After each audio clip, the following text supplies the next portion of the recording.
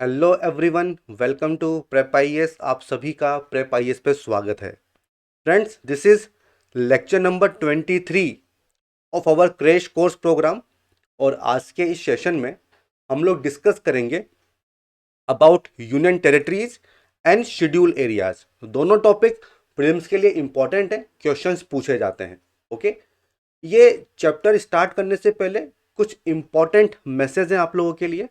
देखिए, अगर आपको हमारा इनिशिएटिव पसंद आ रहा है, अगर आपको ये वीडियोस पसंद आ रहे हैं, तो प्लीज़ हमारे चैनल को सब्सक्राइब कीजिए और इन वीडियोस को लाइक करना न भूलें। शेयर कीजिए, फॉरवर्ड कीजिए आपके फ्रेंड्स में, ताकि वो भी इस फ्री इनिशिएटिव का पार्ट बन सके, उनको डेफिनेटली फ़ायदा होगा। सेकेंड, देखिए, फॉर प्रैक्टिस प्रेप आईएएस ने प्रीलिम्स टेस्ट सीरीज लॉन्च की है। ये एक पेड कोर्स है and this course is completely aligned with this free initiative. तो अगर आपको टेस्ट सीरीज ज्वाइन करनी है तो सारी डिटेल्स आपको मिल जाएंगी इस वीडियो के डिस्क्रिप्शन बॉक्स में। एंड थर्ड मैसेज ये है कि देखिए, अब जो पॉलिटी के वीडियोज बचे हुए हैं, लेक्चर्स बचे हुए हैं, तो थोड़ा सा हम टाइमिंग चेंज कर रहे हैं। तो मॉर्निंग में वीडियोज पहले 10 बजे अपलोड होते थे, अब वो होंगे 12 बजे। ओके, बाकी जो इवनिंग वाला टाइम है वो सेम रहेगा। एंड ये केवल पॉलिटी के रिमेनिंग वीडियोस के लिए हम चेंज कर रहे हैं। ओके, तो इसको आपको नोट डाउन कर लेना चाहिए। अब आते हैं हमारे आज के इस सेशन पे, इसको शुरू करते हैं। Let's start. देखिए, यूनियन टेरिटरीज, अगर हम बात करें आर्टिकल 1 की, तो आर्टिकल 1 में क्या लिखा हुआ है कि territory of India will include territories of the states. Total 28 है at present. Union territories total 8 है and territories that may be acquired by the government at any time. तो फ्यूचर में अगर कोई टेरिटरी अक्वायर होती है तो वो भी शामिल होगी टेरिटरी ऑफ इंडिया में। अब देखिए, ये जो स्टेट्स हैं ये फेडरल सिस्टम का पार्ट होते हैं एंड डिवीजन ऑफ पावर देखने को मिलता है between centre and states. Okay, but जो यूटीज हैं they are under direct control, direct administration of central government. तो यहां पे कोई डिवीजन ऑफ पावर हमें देखने को नहीं मिलेगा। ओके, तो यहां पे जो स्ट्रक्चर है वो हो जाएगा unitary and they are also called centrally administered territories. इन पे क्वेश्चंस पूछे जाते हैं। ओके, इन पे क्वेश्चंस पूछे जाते हैं। अब भाई, यूटीज को क्यों बनाया गया, क्या रीजन है? तो देखिए, पहला रीजन तो यह है कि पॉलिटिकल एंड एडमिनिस्ट्रेटिव कंसिडरेशन, जैसे कि दिल्ली जो कि कैपिटल है, Chandigarh. Then cultural distinctiveness, Puducherry हो गया, दादर नागर हवेली, दमन दीव, अब तो ये मर्ज हो गए हैं, तो इनका कल्चर यूनिक कल्चर है। देन स्ट्रेटेजिक इंपॉर्टेंस, जैसे कि अंडमान निकोबार, लक्षद्वीप, इसलिए बनाया गया। Then special treatment and care of backward tribal people. पहले नॉर्थ ईस्ट में जो अभी स्टेट्स हैं वो यूटीज हुआ करते थे। ठीक है, तो ये रीजंस थे for creation of UTs. Okay, अब रिसेंट चेंजेस क्या है? देखिए, यूटी ऑफ लद्दाख बनाया गया है विदाउट लेजिस्लेचर। ठीक है, यहाँ पे असेंबली नहीं होगी। जम्मू कश्मीर को यूटी बना दिया गया है। ठीक है, और यहाँ पे लेजिस्लेचर होगी, यहाँ पे लेजिस्लेचर होगी। इसके साथ साथ दमन दीव एंड दादर नागर हवेली, इनको मर्ज कर दिया गया है। ओके, इनको मर्ज कर दिया गया है, तो टोटल 8 यूटी हैं एंड 28 स्टेट्स हैं। Alright, so these are the recent changes. देखो, अब हम बात करेंगे एडमिनिस्ट्रेशन ऑफ यूनियन टेरिटरीज की, किस तरह से इनका एडमिनिस्ट्रेशन होता है। देखिए, ये जो प्रोविजंस हैं ये आर्टिकल नंबर 239 से लेके आर्टिकल नंबर 241 में हमें मिलते हैं and there is no uniformity in their administrative system. आपको काफी कुछ चेंजेस देखने को मिलेंगे और बेसिकली असिमेट्रिक फेडरेशन का ये एक एग्जांपल है। ठीक है, अब देखो, every UT administered by president, ये इंपॉर्टेंट है। तो प्रेसिडेंट एडमिनिस्टर करते हैं but through an administrator appointed by him. Okay, तो एक एडमिनिस्ट्रेटर अपॉइंट किया जाएगा और उसके थ्रू प्रेसिडेंट यूटी को एडमिनिस्टर करते हैं। जैसे कि दिल्ली में क्या है, एलजी है, तो उनके थ्रू आप दिल्ली को एडमिनिस्टर कर रहे हो। ओके, एंड ये जो एडमिनिस्ट्रेटर है इनकी डेजिग्नेशन क्या होगी, ये प्रेसिडेंट स्पेसिफाई करते हैं। तो कहीं पे एलजी होंगे, कहीं पे एडमिनिस्ट्रेटर होंगे, तो इस तरह से चेंजेस हो सकते हैं। President can specify the designation of an administrator. Okay, इसके अलावा देखो, मान लो कि एक यूटी है, इसके बगल में स्टेट है, तो भाई स्टेट के जो गवर्नर है ना, उनको यहां का एडमिनिस्ट्रेटर बनाया जा सकता है। The president can also appoint the governor of a state as the administrator of an adjoining UT. अगर ऐसा होता है तो फिर जो गवर्नर हैं यूटी के केस में इंडिपेंडेंटली एक्ट करेंगे ऑफ काउंसिल ऑफ मिनिस्टर्स। ठीक है, तो ये हमने एक बार पहले डिस्कस भी किया था। ऑलराइट, तो देखिए जो एडमिनिस्ट्रेटर है वो क्या है, एजेंट ऑफ प्रेसिडेंट। तो जैसे गवर्नर तो हेड ऑफ द स्टेट होते हैं, बट वो सिचुएशन यहां पे नहीं है। He is not the head of state like a governor, he is an agent of president. इस पे भी क्वेश्चंस पूछे जाते हैं, तो ये आपको क्लियर होना चाहिए। ओके, अब देखो जो हमने बात की थी कि बहुत सारे चेंजेस हमें देखने को मिलते हैं, तो जैसे यूटी ऑफ पुडुचेरी, दिल्ली, जम्मू कश्मीर, तो यहां पे हमें लेजिस्लेचर दिखती है। ओके, असेंबली होगी, चीफ मिनिस्टर होंगे, काउंसिल ऑफ मिनिस्टर होंगे। ठीक है, अब देखो, even after creating legislative assembly, council of minister, chief minister, इसका मतलब ये नहीं है कि प्रेसिडेंट या पार्लियामेंट का कंट्रोल खत्म हो गया। इसके बावजूद भी supreme control of president and parliament बना रहेगा। यह चीज आपको ध्यान रखनी होगी।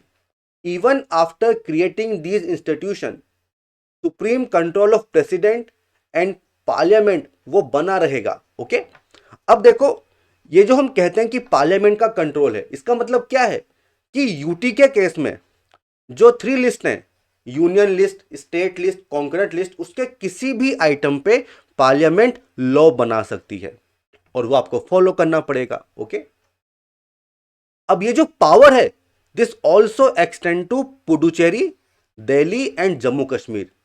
आप सोचोगे भाई यहां पे तो असेंबली है, क्या फर्क पड़ता है। ठीक है, उसके बावजूद भी जो पार्लियामेंट है वो लॉ बना सकती है किसी भी सब्जेक्ट पे। लेजिस्लेटिव असेंबली ऑफ पुडुचेरी, इनके पास स्पेशल पावर है। वो क्या पावर है कि स्टेट लिस्ट आइटम पे और कॉन्करेंट लिस्ट आइटम पे आप भी लॉ बना सकते हो, पुडुचेरी भी बना सकता है, बट ओवरराइडिंग पावर्स किसके पास होंगी, पार्लियामेंट के पास पावर होंगी। ठीक है, तो ये तो हो गया पुडुचेरी। अब अगर हम दिल्ली की बात करें, तो जो दिल्ली की असेंबली है वो स्टेट लिस्ट आइटम पे लॉ बना सकती है, except public order, police and land. तो इन 3 आइटम को छोड़ के जो स्टेट लिस्ट के बाकी सब्जेक्ट्स हैं उस पे दिल्ली की असेंबली लॉ बना सकती है, plus on concurrent list item. ठीक है, दिस इज अबाउट दिल्ली। जहां तक जम्मू कश्मीर की बात है, तो any subject of state list except public order and police, तो ये इनके हाथ में नहीं है, एंड कॉन्करेंट लिस्ट। तो ये जितने भी सब्जेक्ट्स हैं इस पे जो यूटी की असेंबली है वो भी यहां पे लॉ बना सकती है। अब देखो, आर्टिकल 240 क्या कहता है कि the president can make regulations for peace, progress and good government of Andaman Nicobar, Lakshadweep, Dadra Nagar Haveli, Ladakh and Daman Diu. ठीक है, तो ये स्पेशल पावर है प्रेसिडेंट की कि वो यहां पे रेगुलेशंस बना सकते हैं। And in case of Puducherry, president can legislate by making regulation but only when assembly या तो सस्पेंड हो चुकी है या डिजोल्व हो चुकी है, तो उसी केस में प्रेसिडेंट जो है रेगुलेशंस बना सकते हैं। तो इन सब पे जो है क्वेश्चंस पूछे जाते हैं। ऑलराइट, इसके अलावा देखिए आर्टिकल 241 क्या कहता है कि पार्लियामेंट में by law can establish a high court for a UT और declare any court in any UT to be the high court. ठीक है, तो ये हाई कोर्ट के लिए प्रोविजन है कि आप हाई कोर्ट स्टेब्लिश कर सकते हो, कोई भी कोर्ट है यूटी में आप उसको हाई कोर्ट जो है आप डिक्लेयर कर सकते हो। ठीक है, अब देखो, इन अवर कॉन्स्टिट्यूशन जो अक्वायर्ड टेरिटरीज हैं उनके लिए कोई अलग से प्रोविजन नहीं दिए गए हैं। ठीक है, तो जो प्रोविजंस यूटी के लिए हैं वही प्रोविजंस एप्लीकेबल होंगे on acquired territories. I hope this is clear. अब देखो, यहां पे आप देख सकते हो कि किस तरह से डिफरेंसेस हैं। अंडमान निकोबार आइलैंड में एलजी कहा जाता है और किसके अंडर में आएंगे? अंडर कलकत्ता हाई कोर्ट, ठीक है। चंडीगढ़ में एडमिनिस्ट्रेटर कहा जाता है, under Punjab Haryana high court है। दादर नागर हवेली दमन दीव में क्या है? एडमिनिस्ट्रेटर है, बॉम्बे हाई कोर्ट हो जाएगा। दिल्ली में एलजी होंगे, काउंसिल ऑफ मिनिस्टर होंगे, चीफ मिनिस्टर होंगे, असेंबली होगी और इनका सेपरेट हाई कोर्ट है, ठीक है। दिल्ली का सेपरेट हाई कोर्ट है। लक्षद्वीप में भी एडमिनिस्ट्रेटर है, केरला हाई कोर्ट आ जाएगा। पुडुचेरी में again same thing, assembly, LG, chief minister, council of minister under Madras high court. Jammu Kashmir अभी इसको यूटी बनाया गया है, तो वही LG, chief minister, council of minister, assembly होगी एंड इनका भी सेपरेट हाई कोर्ट है, Jammu Kashmir high court. And Ladakh में एलजी हो जाएंगे, असेंबली नहीं है, under Jammu Kashmir high court. तो ये कुछ इंपॉर्टेंट फैक्ट्स हैं जो आपको याद होने चाहिए। ओके, अब देखो हम बात करेंगे special provisions for Delhi. Article 239 double है, हमेशा न्यूज में रहता है, बिकॉज जो दिल्ली गवर्नमेंट है और जो सेंट्रल गवर्नमेंट है एलजी है, इनके बीच फाइट चलती रहती है। अभी भी ये मैटर सुप्रीम कोर्ट में है कि जो सर्विसेज हैं, ऑल इंडिया सर्विसेज, वो किसके पास होंगी? दिल्ली के पास होंगी कि सेंटर के पास होंगी? तो इस पे अभी लड़ाई चल रही है, इस पे नज़र बनाए रखिएगा। जो भी जजमेंट आएगा उस पर क्वेश्चंस डेफिनेटली आ सकते हैं प्रीलिम्स और मेंस एग्जामिनेशन में। ओके, अब देखो आर्टिकल 239 डबल ए, तो क्या स्पेशल प्रोविजंस हैं? देखिए 69th अमेंडमेंट एक्ट 1991 से जो दिल्ली है उसको स्पेशल स्टेटस दिया गया है। अब उसको कहा जाएगा national capital territory of Delhi. Okay, यहां के जो एडमिनिस्ट्रेटर होंगे उनको एलजी कहा जाएगा, एक असेंबली होगी, काउंसिल ऑफ मिनिस्टर होंगे, चीफ मिनिस्टर होंगे। जो स्ट्रेंथ है वो 70 पे फिक्स की है कि 70 एमएलए हो सकते हैं, ठीक है, member of legislative assembly of Delhi, ठीक है। इलेक्शन डायरेक्ट इलेक्शन होंगे conducted by election commission of India, इस पे भी क्वेश्चंस पूछे जाते हैं। ओके, इसके अलावा जो असेंबली है, assembly can make laws on all the matters of state list except 3 item. वो कौन से हैं? Public order, police and land. इन 3 सब्जेक्ट को छोड़ के जो असेंबली है वो बाकी सभी स्टेट लिस्ट आइटम पे लॉ बना सकती है, कॉन्करेंट लिस्ट पे बना सकती है। बट देखो अगेन, जो इसके बावजूद भी पार्लियामेंट प्रेसिडेंट का कंट्रोल रहेगा। Laws of parliament prevail over those made by assembly, इस चीज को आपको ध्यान रखना पड़ेगा। अब जो काउंसिल ऑफ मिनिस्टर्स हैं इनकी स्ट्रेंथ कितनी होगी? 10%। तो 70 का 10% कितना हुआ? 7, मीन्स 1 + 6, एक चीफ मिनिस्टर, बाकी मिनिस्टर्स हो जाएंगे। तो 10% की स्ट्रेंथ है। देखो चीफ मिनिस्टर को अपॉइंट कौन कर रहा है? प्रेसिडेंट। ये एक इंपॉर्टेंट फीचर है, बाकी जगह गवर्नर होते हैं, तो यहाँ पे एलजी नहीं है, यहाँ पे प्रेसिडेंट है। And other ministers are appointed by president on the advice of chief minister. तो ये एक यूनिक फीचर है जिनमें कंफ्यूजन हो सकता है, इसलिए इसको अच्छे से आप पढ़िएगा। Ministers they hold office during the pleasure of president, ये सेम चीज है, कलेक्टिवली रिस्पॉन्सिबल होंगे टू द असेंबली। ओके, अब देखो the council of ministers headed by CM aid and advise the LG in exercise of his functions except in so far as he is required to act in discretion। तो constitution खुद कह रहा है कि LG के पास discretion होगा। Okay, और यही मेन कंट्रोवर्सी है और इसी पे आप देखिए फाइट होती रहती है चीफ मिनिस्टर एंड एलजी के बीच में, और ये मैटर फिर कोर्ट्स में चला जाता है। ये भी लिखा हुआ है कि अगर कोई डिफरेंस ऑफ ओपिनियन है बिटवीन एलजी एंड मिनिस्टर्स, तो उस केस में एलजी को क्या करना है? मैटर को रेफर करना है प्रेसिडेंट के लिए एंड एक्ट अकॉर्डिंगली। तो दिस इज द प्रोविजन। तो डिस्कशन आपके पास है, अगर कोई डिफरेंस ऑफ ओपिनियन है तो उस मैटर को आप रेफर कर दो प्रेसिडेंट को और फिर उसी के अकॉर्डिंग आपको एक्ट करना होगा, ठीक है। यह भी प्रोविजन है कि अगर कॉन्स्टिट्यूशनल मशीनरी फेल हो जाती है तो president can impose his rule just like 356, ठीक है। तो in case of failure of constitutional machinery president rule लग सकता है। Okay, and this can be done on the report of LG और अदरवाइज। तो ये एक्स्ट्रा ऑर्डिनरी पावर यहाँ पे दी गई है।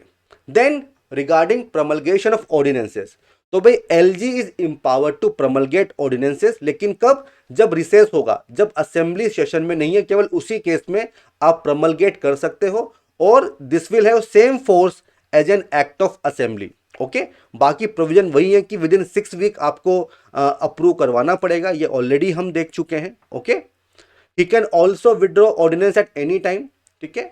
बट देखो, जब असेंबली डिसॉल्व है या सस्पेंडेड है, उस केस में एलजी ऑर्डिनेंस प्रमलगेट नहीं कर सकते हैं। ओके, एंड देखिए, प्रमलगेट करने से पहले या विड्रॉ करने से पहले आपको प्रेसिडेंट की प्रायर परमिशन लेनी पड़ेगी।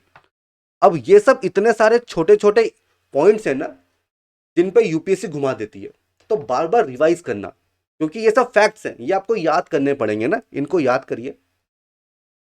इसके अलावा अगला जो टॉपिक है वो क्या है? Advisory committees of UT. देखो भाई, नोडल मिनिस्ट्री कौन है यूटीज के लिए? Ministry of home affairs. ये क्वेश्चन पूछा जाता है, ठीक है। अब देखो, all the UTs without legislature, उनका एक फोरम होगा, होम मिनिस्टर्स एडवाइजरी कमिटी या फिर एडमिनिस्ट्रेटर्स एडवाइजरी कमिटी। कौन चेयर करेगा? Home minister. एंड जो एएसी होंगी, इनको एडमिनिस्ट्रेटर ऑफ कंसर्न यूटी। इनका ऑब्जेक्टिव क्या होता है? बेसिकली कोऑर्डिनेशन के लिए इनको बनाया जाता है, ठीक है। जो जनरल इश्यूज हैं सोशियो इकोनॉमिक डेवलपमेंट के, उनको ही डिस्कस करते हैं, आपस में कोऑर्डिनेशन हो जाए, ठीक है। इसके अलावा member of parliament, elected members of local bodies of UT, they are also member of these committees, ठीक है। तो इसमें केवल ये याद करिए कि होम मिनिस्टर जो है वो नोडल मिनिस्ट्री होती है, बस, बाकी और कोई क्वेश्चन नहीं आएगा। Ministry of home affair is the nodal ministry for all the matters. Okay, अब देखो यहाँ पे आप देख सकते हो कि स्टेट और यूटी में क्या डिफरेंस होता है। तो हमने डिस्कस किया था कि सेंटर स्टेट के बीच में फेडरल सिस्टम है ना, पावर का डिवीजन है, जबकि यहाँ पे यूनिटरी होता है। They share distribution of power with the centre, जबकि यहाँ पे नहीं होता है, under the direct control of centre होता है। इनके पास ऑटोनॉमी होती है, यहाँ पे कोई ऑटोनॉमी नहीं है। आपने भले इंस्टीट्यूशन क्रिएट कर दिए, assembly, chief minister, council of minister, लेकिन उसके बावजूद भी डायरेक्ट कंट्रोल है किसका? सेंटर का, ठीक है। There is uniformity in the setup, जबकि यहाँ पे कोई भी यूनिफॉर्मिटी नहीं देखने को मिलती है। यहाँ पे जो गवर्नर हैं वो होते हैं एग्जीक्यूटिव हेड, जबकि यहाँ पे एडमिनिस्ट्रेटर वगैरह होते हैं। ओके, जो गवर्नर हैं वो क्या है? हेड ऑफ द स्टेट हैं, जबकि यहाँ पे एजेंट ऑफ प्रेसिडेंट हैं। ओके, इसके अलावा parliament can not make laws on subject of state list except under extraordinary situation, जबकि यहाँ पे any subject of 3 list including the state list, ठीक है, आप बना सकते हो। तो ये डिफरेंसेस हैं जिन पे क्वेश्चंस पूछे जाते हैं। ऑलराइट, अब देखो, एनसीटी ऑफ दिल्ली में काफी सारे इश्यूज हैं, बिकॉज एलजी वर्सेस सीएम ये चलता ही रहता है। तो ये मैटर काफी बार कोर्ट में गया एंड जजमेंट्स भी आए हैं, तो उसको देख लेते हैं। तो देखिए, 2018 का सुप्रीम कोर्ट का जजमेंट है, government of NCT of Delhi versus union of India, ये आपको पता होना चाहिए।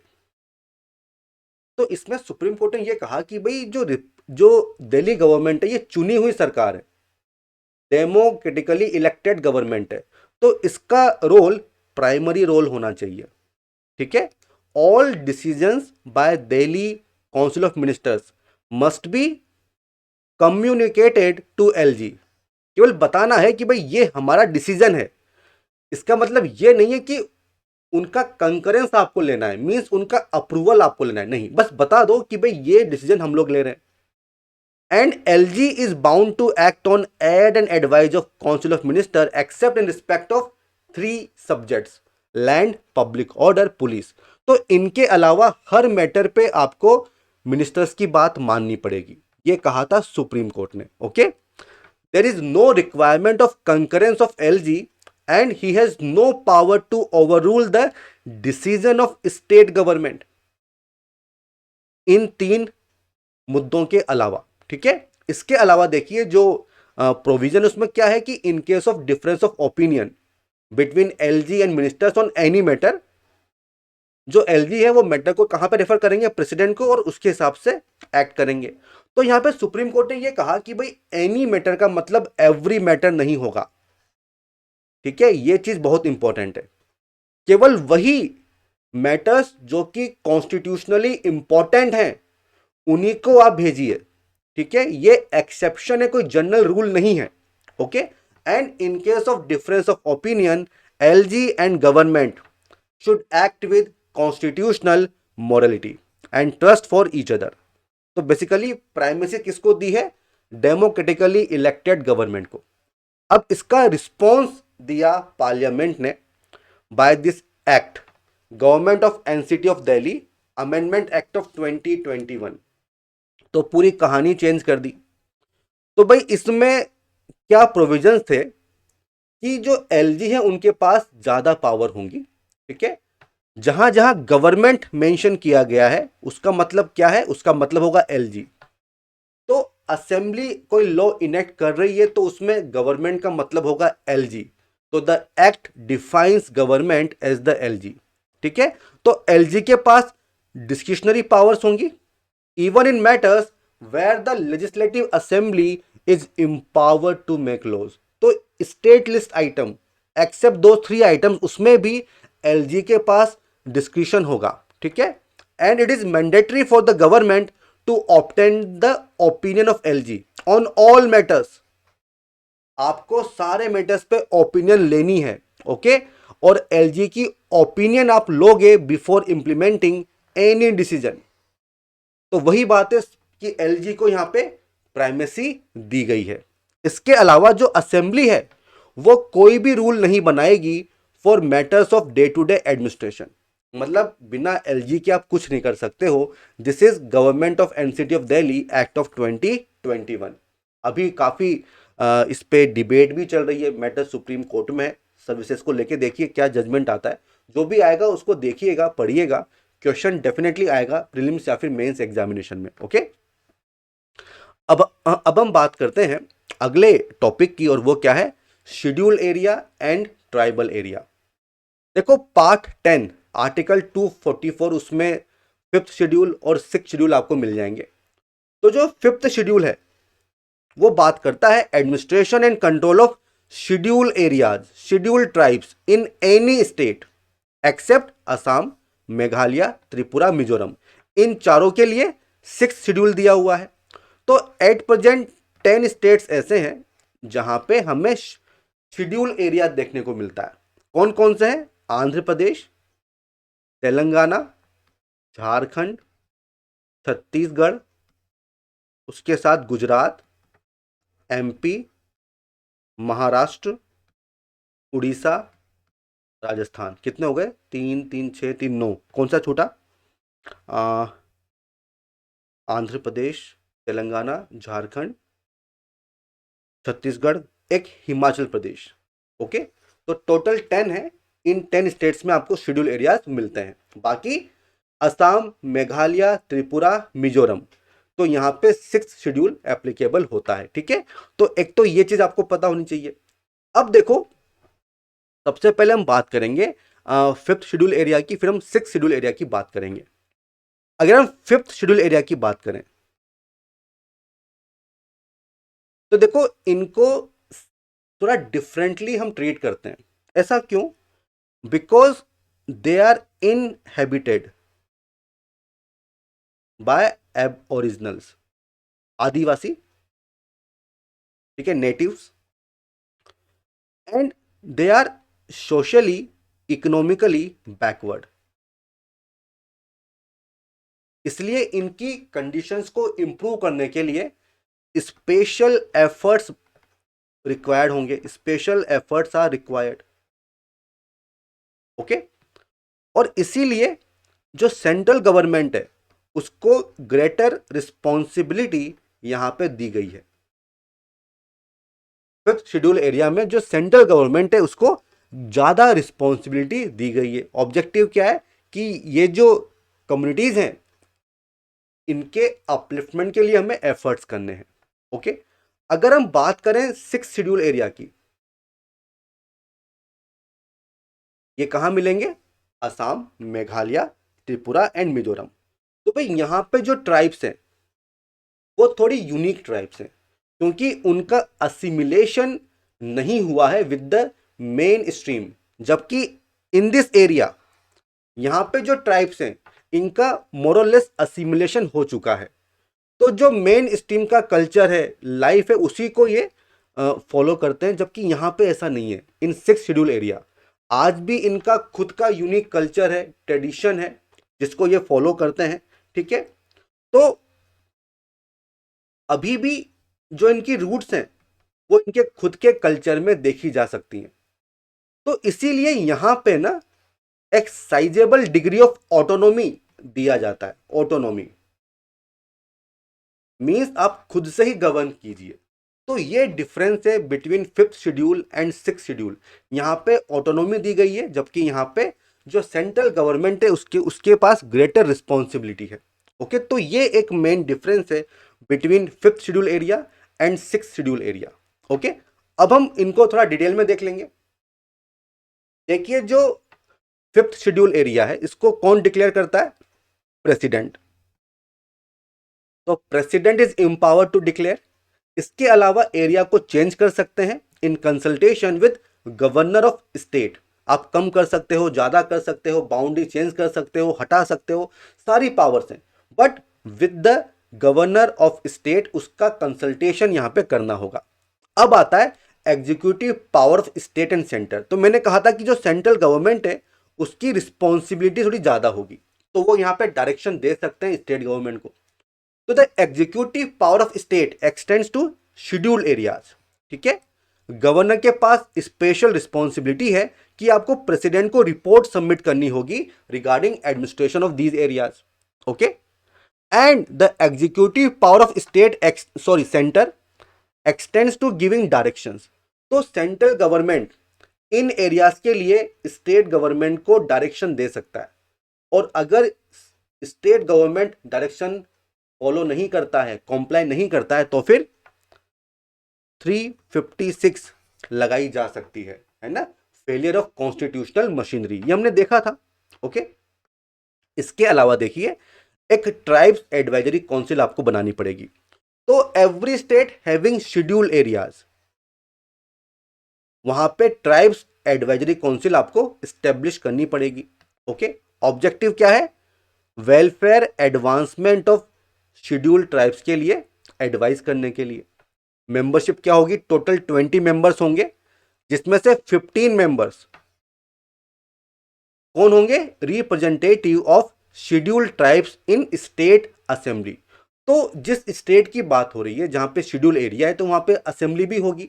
उस असेंबली में जो रिप्रेजेंटेटिव है एसटी कम्युनिटी के, तो 15 मेंबर तो वो होंगे। ओके, अब देखो, ये तो वो एरिया है जहां पे शेड्यूल ट्राइब है, और उस एरिया को शेड्यूल एरिया डिक्लेयर भी किया गया है। बट ऐसा भी हो सकता है कि कोई स्टेट है जहां पे शेड्यूल ट्राइब्स हैं, बट उसको शेड्यूल एरिया डिक्लेयर नहीं किया गया है, तो वहां पे भी सिमिलर काउंसिल बना सकते हो, बट प्रेसिडेंट का अप्रूवल जरूरी है, if the president so direct. Okay, is this clear to everyone?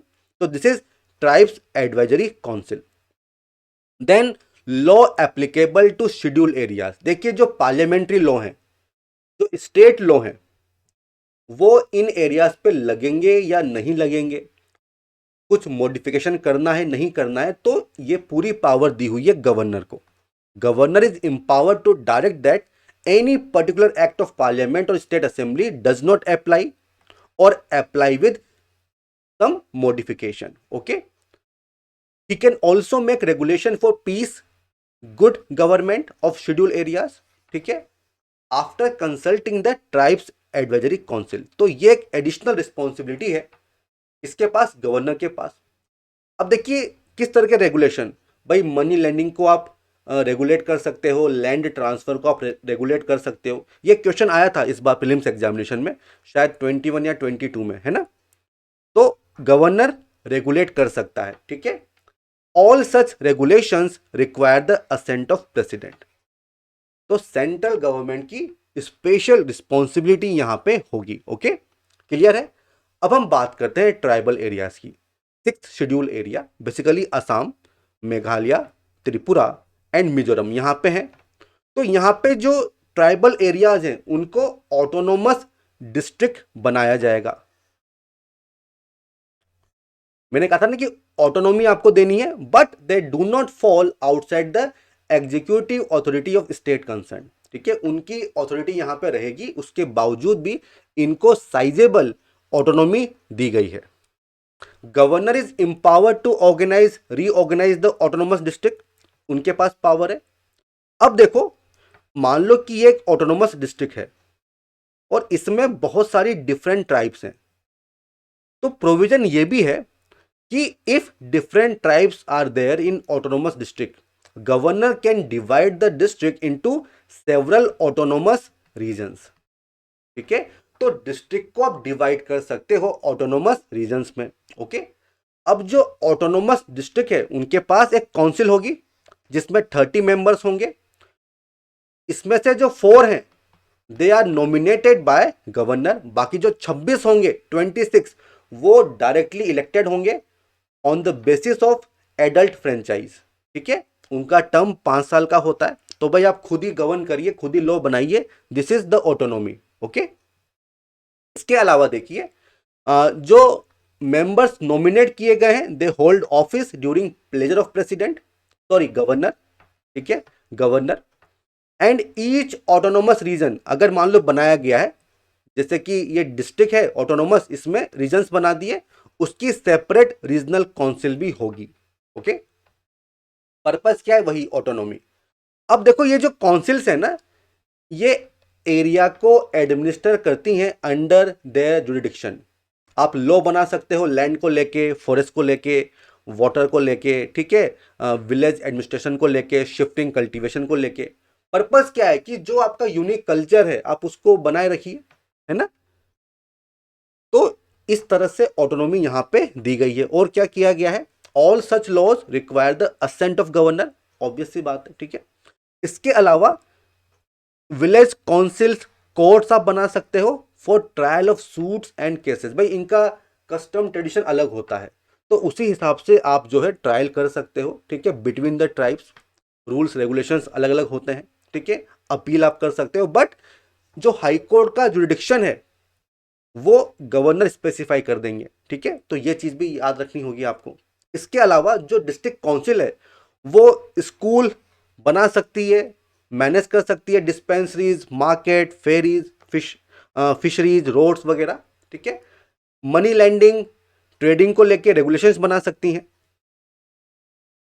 इसके अलावा आप टैक्सेस को कलेक्ट कर सकते हो, भाई पैसा भी तो चाहिए ना आपको। तो district and regional councils are empowered to assess and collect land revenue and to impose certain specified taxes. Okay, इसके अलावा एक्ट ऑफ पार्लियामेंट और स्टेट असेंबली अप्लाई होंगे, नहीं होंगे, अगर होंगे तो क्या कुछ मॉडिफिकेशन करना है क्या, वो सब किया जा सकता है। ठीक है, वो सब यहां पे किया जा सकता है। इसके अलावा governor can appoint a commission to examine and report any matter related to administration of autonomous district और रीजन्स। तो आप कमीशन यहां पे स्टेब्लिश कर सकते हो। ठीक है, and he may also dissolve district council, regional council on the recommendation of such commission. तो भाई काफी कुछ फैक्चुअल है, बट क्या करें, पास करना है प्रीलिम्स तो याद करना पड़ेगा, there is no other alternative. Okay, तो इसी के साथ ये जो हमारा आज का सेशन है एंड होता है। एंड यूटी शेड्यूल एरियाज बहुत छोटा टॉपिक है, अब सारे टॉपिक छोटे ही हैं क्योंकि जो बड़े टॉपिक थे वो तो हो गए, है ना, बट अब फैक्चुअल चीज़ें ज़्यादा आएंगी। ओके, तो रिवाइज कीजिएगा, बार बार प्रैक्टिस कीजिए, प्रैक्टिस करने से ही आपको पता चलेगा क्या चीज़ आपको याद हुई क्या नहीं हुई, और जो नहीं हुई उसको आप फिर से रिवाइज कर सकते हो। Okay, so with this let's conclude the session. All the best, good bye and जय हिंद।